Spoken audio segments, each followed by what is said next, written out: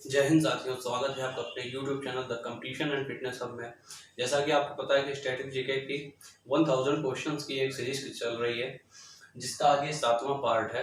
और ये आपके आने वाले exam SSC GD and UPSI and PET जो एग्ज़ाम है उसके लिए बहुत ही इंपॉर्टेंट है।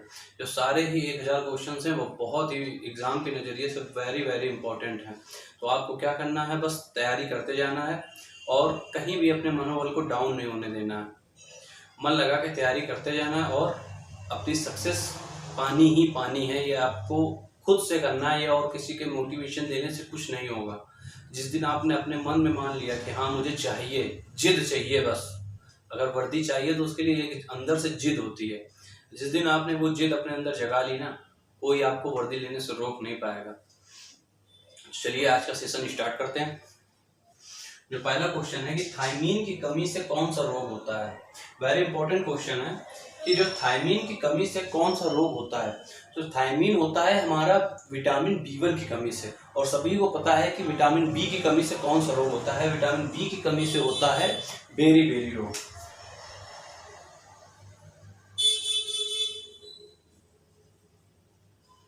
Beriberi vitamin B, beriberi रोग होता है थायमीन की कमी से।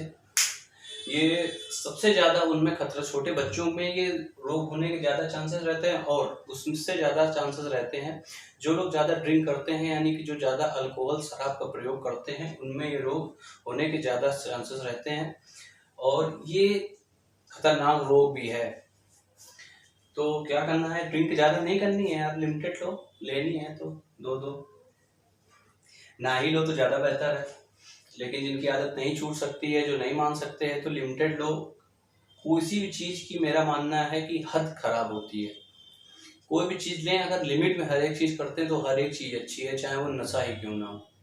अगर हर एक चीज की एक लिमिट अगर आपने अपने जीवन में बना रखी है तो आप कभी लाइफ में फेल नहीं हो सकते हैं। अगर अति हर एक चीज की बहुत हद क्रॉस करते हैं, लिमिट क्रॉस करते हैं, तो हर एक चीज नुकसान है, चाहे वो कोई भी चीज हो। तो बस हर एक चीज लिमिट में करो यार। क्या है, अपनी बॉडी को अगर फिट नहीं रखोगे तो नुकसान आप ही को होना है, और जो आपके परिवार वाले हैं उनको होगा, और किसी को तकलीफ नहीं होती। बाकी बोलने को सब बोल देते हैं, तो आप ही को करना है ये। चलिए नेक्स्ट क्वेश्चन देखते हैं कि भारत में पिन कोड की शुरुआत कब हुई थी। जो भारत में पिन कोड की शुरुआत हुई थी 1972 में।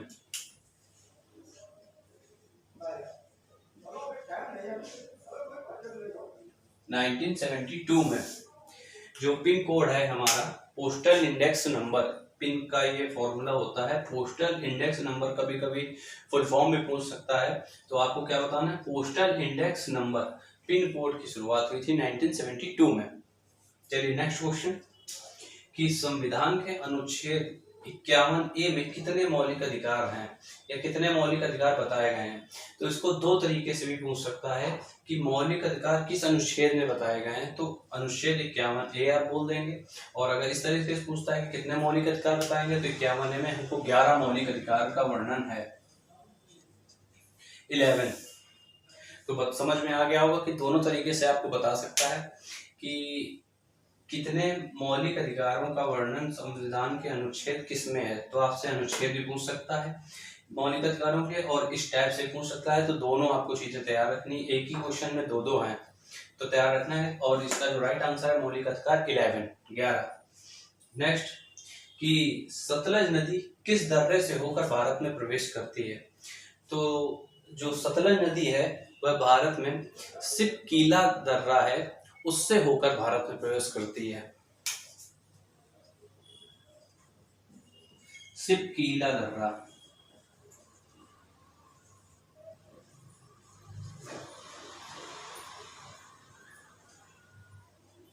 जो सिपकीला दर्रा है उससे होकर सतलज नदी भारत में प्रवेश करती है। नेक्स्ट क्वेश्चन, स्लेट किसका एक प्रकार है। जो स्लेट है वह हमारा कायांतरित जो चट्टानें होती हैं, कायांतरित शैल है जो, उसी का एक प्रकार है स्लेट। कायांतरित, कायांतरित शैल, चट्टान भी बोलते हैं शैल को। तो आपको याद रखना है कि स्लेट कायांतरित चट्टान का ही एक रूप है। नेक्स्ट क्वेश्चन कि पुस्तक हुमायूंनामा किसने लिखी है? हिस्ट्री का क्वेश्चन है और हुमायूंनामा ये कई बार पुस्तक कई एग्जाम में पूछी जा चुकी है। तो वो जो हुमायूंनामा पुस्तक है वह गुलबदन बेगम ने लिखी थी।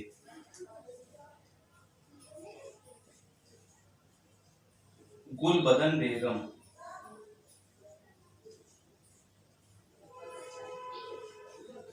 पुस्तक हुमायूंनामा गुलबदन बेगम ने लिखी थी। चलिए नेक्स्ट क्वेश्चन को देखते हैं कि क्या कह रहा है क्वेश्चन कि एक अक्षांश लगभग कितने किलोमीटर के बराबर होता है। यह क्वेश्चन 3-4 बार पूछा जा चुका है कि एक अक्षांश जो होता है वह लगभग कितने किलोमीटर के बराबर होता है। जो एक अक्षांश होता है वह 111 किलोमीटर के इक्वल होता है, यानी कि 111। ऐसे भी आप याद कर सकते हैं 111 111 किलोमीटर के। एक अक्षांश 111 किलोमीटर के बराबर होता है। चलिए नेक्स्ट क्वेश्चन की बात करते हैं कि किस वंश की राजधानी दक्षिण भारत में नहीं है। तो कौन कौन से वंश हैं जिनकी राजधानी दक्षिण भारत में है, ये भी पूछ सकता है। तो जो चोल है, पल्लव है, इनकी राजधानी दक्षिण भारत में पाई जाती है। और जो पाल वंश है उसकी राजधानी दक्षिण भारत में नहीं है। पाल वंश की राजधानी दक्षिण भारत में नहीं पाई जाती है। अगर पूछ दे किसकी राजधानी दक्षिण भारत में है तो वो है चोल और पल्लव, जिनकी राजधानी दक्षिण भारत में थी। ठीक है, दोनों क्वेश्चन क्लियर हो गए। एक ही में दोनों क्वेश्चन थे इसलिए मैंने दोनों ही बता दिया जिससे कोई कंफ्यूजन ना हो। नेक्स्ट क्वेश्चन कि राष्ट्रीय खेल दिवस किस खिलाड़ी की जयंती पर मनाया जाता है। जो राष्ट्रीय खेल दिवस है वह मनाया जाता है जो हॉकी के जादूगर जिनको कहा जाता है, यानी मेजर ध्यानचंद। तो मेजर ध्यानचंद के जयंती पर राष्ट्रीय खेल दिवस हम मनाते हैं। ध्यानचंद, मेजर ध्यानचंद। जो मेजर ध्यानचंद, इनको हॉकी का जादूगर कहते हैं और इन्हीं की जयंती पर हम लोग राष्ट्रीय खेल दिवस मनाते हैं। चलिए नेक्स्ट क्वेश्चन देखते हैं कि संविधान की जो 8वीं अनुसूची है उसके अनुसार अनुसूचित भाषाओं को कितनी भाषाओं को अनुसूचित भाषा कहा गया है। वह कितनी भाषाएं हैं जिनको अनुसूचित भाषा कहा गया है 8वीं अनुसूची के अनुसार। संविधान की जो भारत का संविधान है उसकी 8वीं अनुसूची के अनुसार टोटल कितनी भाषाएं हैं जिनको अनुसूचित भाषा कहा गया है। तो टोटल है 22 भाषाएं, 22 भाषाएं हैं जिनको हम लोग अनुसूचित भाषाओं का दर्जा दिया गया है। चलिए अब नेक्स्ट क्वेश्चन देखते हैं जो कि अपना लास्ट क्वेश्चन भी है कि मटकी किस राज्य का लोक नृत्य है। जो मटकी है ये किस राज्य का लोक नृत्य है। जो मटकी है ये MP यानी कि मध्य प्रदेश, MP मध्य प्रदेश, इसको हम लोग बोलते हैं मध्य प्रदेश। ये मध्य प्रदेश का मटकी लोक नृत्य है और काफी लोकप्रिय भी है ये लोक नृत्य। तो यार जिसने भी चैनल को सब्सक्राइब ना किया हो सब्सक्राइब कर लो और पसंद आए तो ही लाइक करिएगा, वरना कोई बात नहीं, मैं पहले भी कह चुका हूँ जो पसंद आए तभी लाइक करिएगा, कोई जोर जबरदस्ती है नहीं। तो सभी को जय हिंद, राम राम।